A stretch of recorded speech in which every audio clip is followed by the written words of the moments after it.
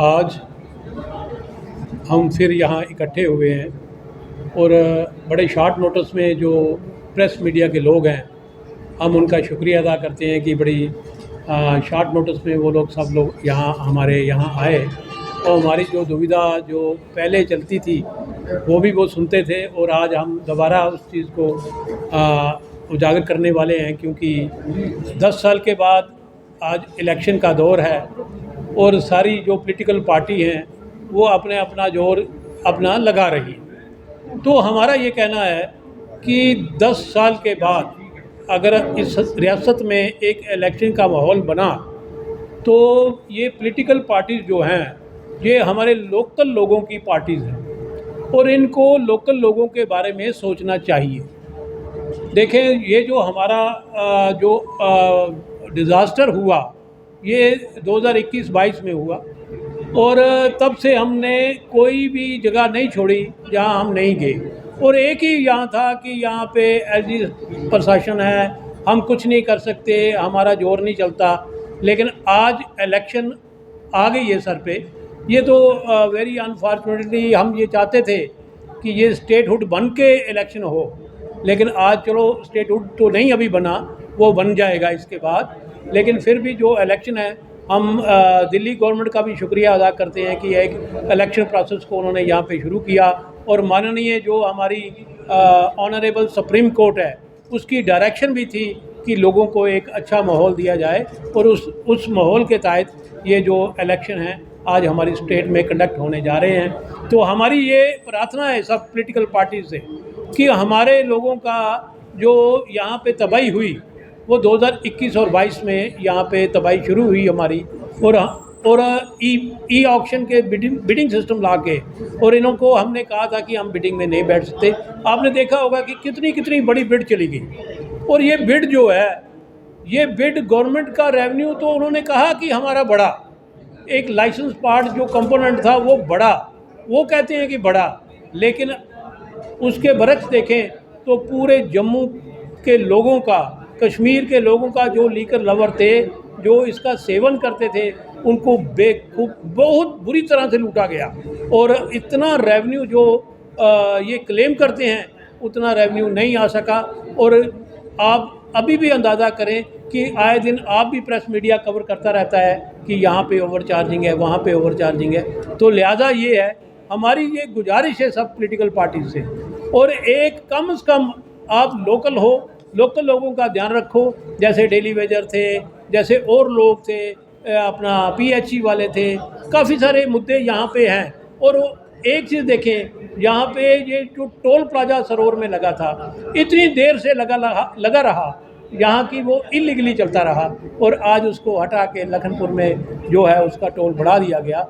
लेकिन इतनी देर प्रोटेस्ट जो राजपूत सभा थी उसने बेखूबी उसका प्रोटेस्ट किया, लेकिन उनके साथ भी क्या हुआ, और जम्मू की कोई सुनवाई नहीं हुई। और मैं ये सभी जम्मू कश्मीर की सभी पॉलिटिकल पार्टियों से ये कहना चाहता हूँ, हमारी रिक्वेस्ट है, हमारी प्रे है, हमारी गुजारिश है कि हमारे लोगों का ध्यान रखा जाए और गवर्नमेंट का रेवेन्यू जो आज ये क्लेम कर रहे हैं, हम उससे बढ़ चढ़ के रेवेन्यू होगा और कोई भी ओवर चार्जिंग नहीं होगी। और कोई भी जिससे देखें ओवर चार्जिंग के माध्यम से जब ये चीज़ें होती हैं तो उसमें गवर्नमेंट की भी बदनामी होती है, डिपार्टमेंट की भी बदनामी। हमारे ज़माने में डिपार्टमेंट का जो इतना लेवल था और हर आदमी जो था वो एक सिस्टम से जुड़ा हुआ था और एक तरीकाकार था, आज वो तरीकाकार नहीं है। हमारा ये कहना है कि कम से कम हमारे बारे में सोचा जाए। हम देखें, एक चीज़ और है, हम शराब का ट्रेड करते थे। शराब का मतलब ये नहीं है कि हम शराब को बेचना चाहते हैं, हमारा लाइवलीहुड जुड़ा था। हम अपने लाइवलीहुड की बात कर रहे हैं, 60-70 साल हमारे साथ। देखें, ये हमारे फार्मर प्रेसिडेंट हैं, मिस्टर जसरोटिया हैं, ये फार्मर प्रेसिडेंट रहे हैं, ये दिग्विजय जी हैं, फार्मर प्रेसिडेंट हैं, मैं भी प्रेसिडेंट रहा हूँ, आज मैं स्पोक्स पर्सन हूँ उनका।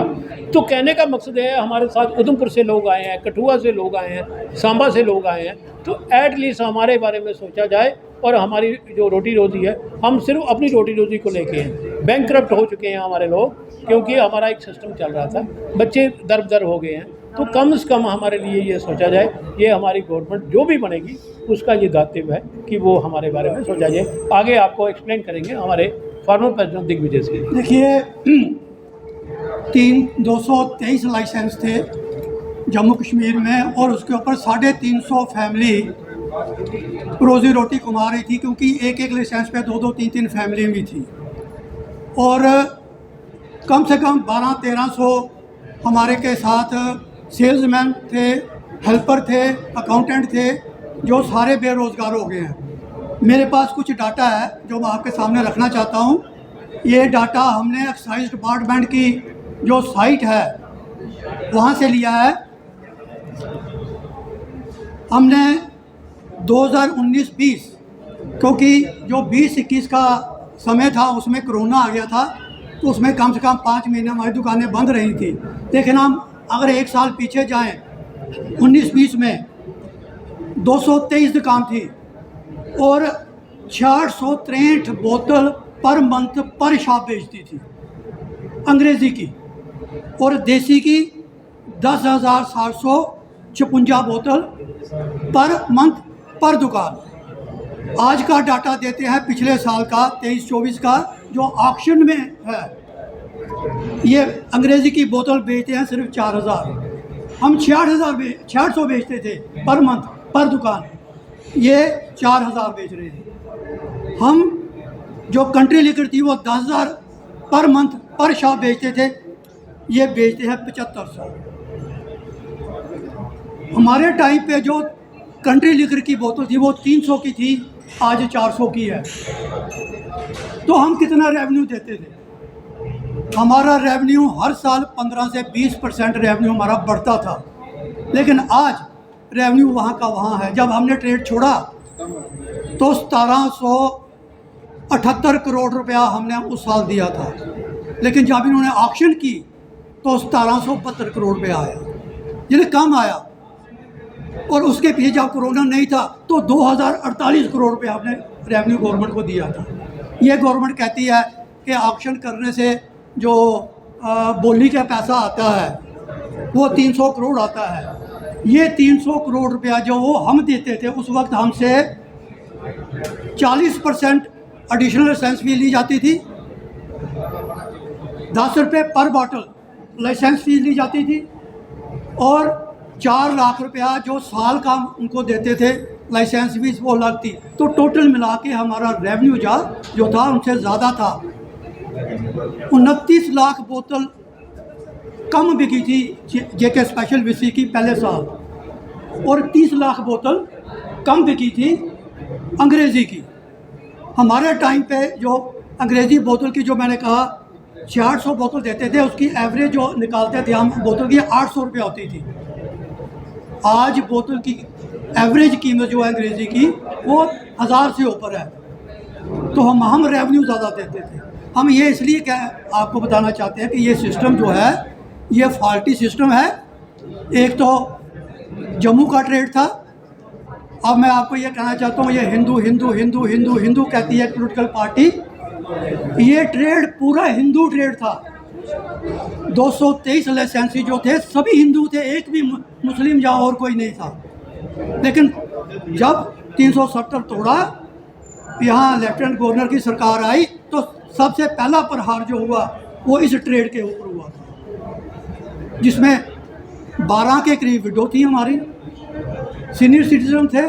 और जब ये लाइसेंस इशू हुए थे तो उस वक्त हमसे ये एक एफिडेविट लिया जाता था अनएम्प्लॉयमेंट यूथ का।